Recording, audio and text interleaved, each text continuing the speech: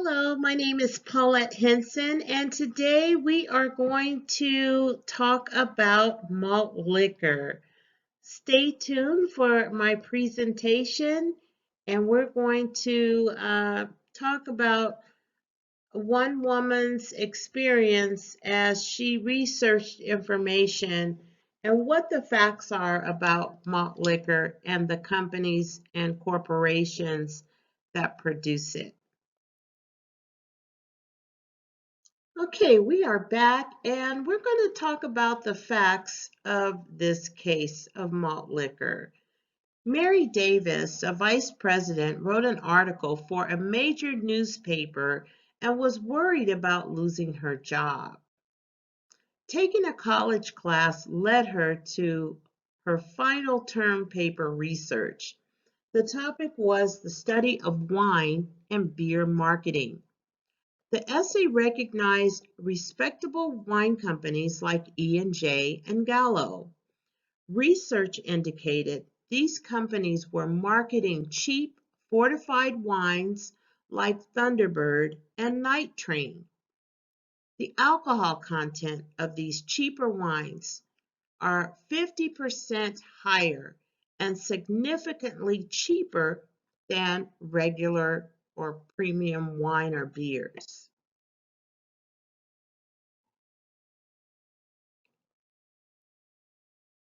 More facts were discovered. Mary saw that the wines were only advertised in poor neighborhoods. Skid Row communities were and are the largest contributors, making malt liquor a multi-billion-dollar industry. Although embarrassed by the clients, these companies don't put their labels on the bottles. So what they're doing is they come up with the name of the liquor. Like this particular photo shows Schlitz malt liquor, and they use the bull. Nothing beats the bull, the Schlitz malt liquor bull. And so you don't know who the producer is because you just know Schlitz.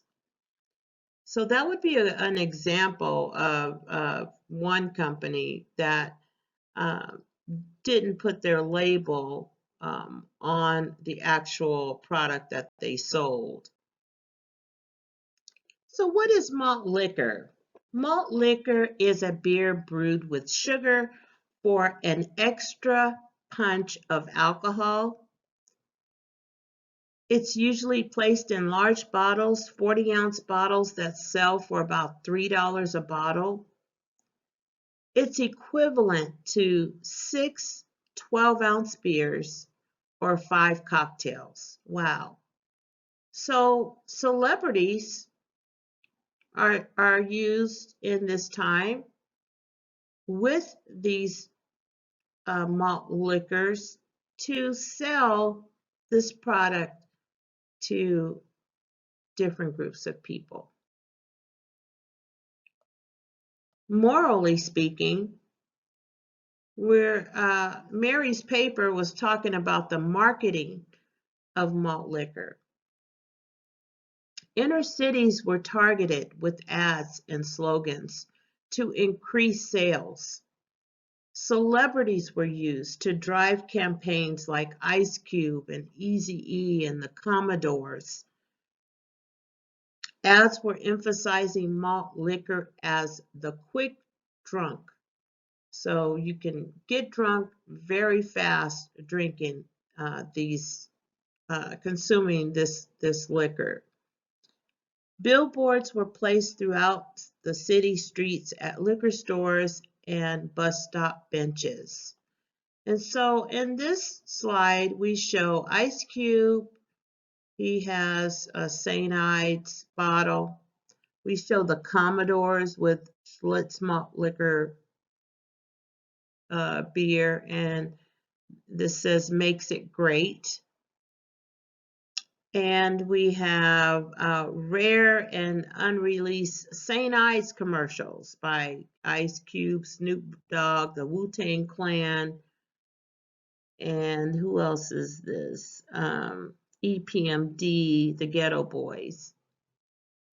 At the bottom, we have Easy E and the Old English 800 malt liquor, which was very, very popular when I was growing up. Everybody was talking about the Old E, and honestly, people that drank this, they were extremely drunk.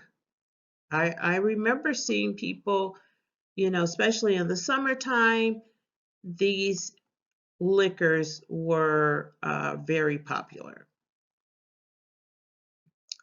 So ethically speaking, minority communities, specifically African American, Hispanic, Native Americans, are targeted or were targeted for a drink that causes adverse health conditions. Low socioeconomic neighborhoods where jobs may be scarce and people are generally oppressed were targets or are targets. Corporations know the danger of these high-level content drinks and distance themselves from affiliation. Society as a whole suffers because these ads target teenagers for years of profit through generations of people. So when you talk about ethics and you talk about an organization that is hindering society with a product that is known to have healthy effects that are going to be long lasting, what does that say about this company? So this is the subject matter as to what Mary broke in her story. And it was showing, wow, that here you have an organization that's a multi-billion-dollar company in a multi-billion-dollar industry that knows exactly what they're doing, but the money is more important. So moving on to our next slide, what are the consequences of Mary's essay? Initially, Mary's proud of herself, reading her article in the city's newspaper. She also works at Whitewater Brewing Company, who is not happy with her report. Mary's job is in jeopardy if she proceeds to continue with her story. The company undermines Mary's article and calls it negative, and nice, ordinary people like their malt liquor. Mary's rights are violated and her job is in jeopardy. Mary was given an ultimatum to either stop her story or resign from the brewery. So, moving forward, what solutions do we have for Mary? Mary's research was effective enough for a major newspaper in the city to like the story and want an interview for more details. However, Mary's research can probably land her a job at the newspaper as a journalist on companies who target communities to market unhealthy products. And also, if Mary decides to stay with the company, will she be treated the same as before the article, or will there be any backlash? So one of the solutions that I thought about was Mary can also turn this into a positive. She can be an advocate for the company, being that she's the vice president. Maybe she can convince the CEO to use some of the profits to help these societies that they target. with education and resource and innovation to improve these communities, just as a whole. So the company doesn't look like this monster that is just driving unhealthy products into disproportionate communities. And so while doing this report, I learned a great deal, one about malt liquor and the effects of malt liquor, not knowing that it contained so much sugar and that it was marketed to minorities um, for profit. And regardless of the health effects that go with it, people made a lot of money. And when we talk about ethics and morals as it relates from a business standpoint and an organizational standpoint, it's really about companies and corporations having a responsibility to the communities in which they profit from. And so when someone pretty much whistleblows at operations that on the one hand are profitable, but then on the other hand, they are causing a detriment to society or to certain groups, then how do you make that bridge the two? How do you change the company's perspective on, okay, you are making this money, but people are suffering because of what you're putting into this product, and people are having long-lived health conditions behind it. And the other issue that is raised in this presentation is the fact that Mary is a VP of the company, and in her research, she unveils this information, which in fact her own job is guilty of doing the same thing. And so when you look at the company lashing back at her because she did something in her own personal time, but now it reflects on the company that she works for. And so you have here another set of issues. You have on the company side, does Mary comply with the company's demands to not continue with her interview, to drop the story, and to not mention anything else about what she found, her research?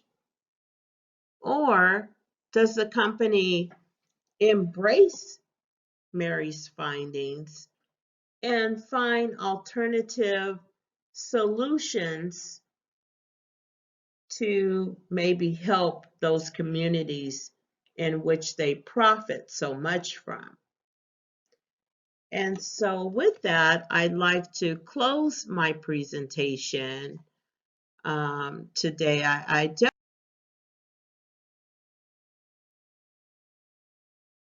definitely learned a great deal from the story about malt liquor and about how you can find out information, whether it's about a job, organization, that they're embarrassed of their own operations because they know that clearly it's unethical. But profits outweigh morals in some instances. And so when you talk about Mary's job, that she has to now weigh in on the importance of, does she keep this job and not move forward with a subject that's clearly affecting tens of thousands of people? Or does she adhere to the job's request? On the business side, moving forward for the business, do they embrace either doing something positive for the communities that they serve or that they profit from? Or do they imply a speech policy or a writing policy within their company that no one can speak to newspapers, no one can write articles regarding their products or similar products in their industry? And so it's very interesting when you read stories like this, and it makes you wonder that just finding out information can, people are they get afraid of that, and it can clearly uh, cut you off from your job, from, you know, your industry, if that industry feels that you're disclosing something that they wanted to hold secret. So with that, thank you for watching. I hope that you were enlightened by this story, and click like. Thank you very much. Have a great day.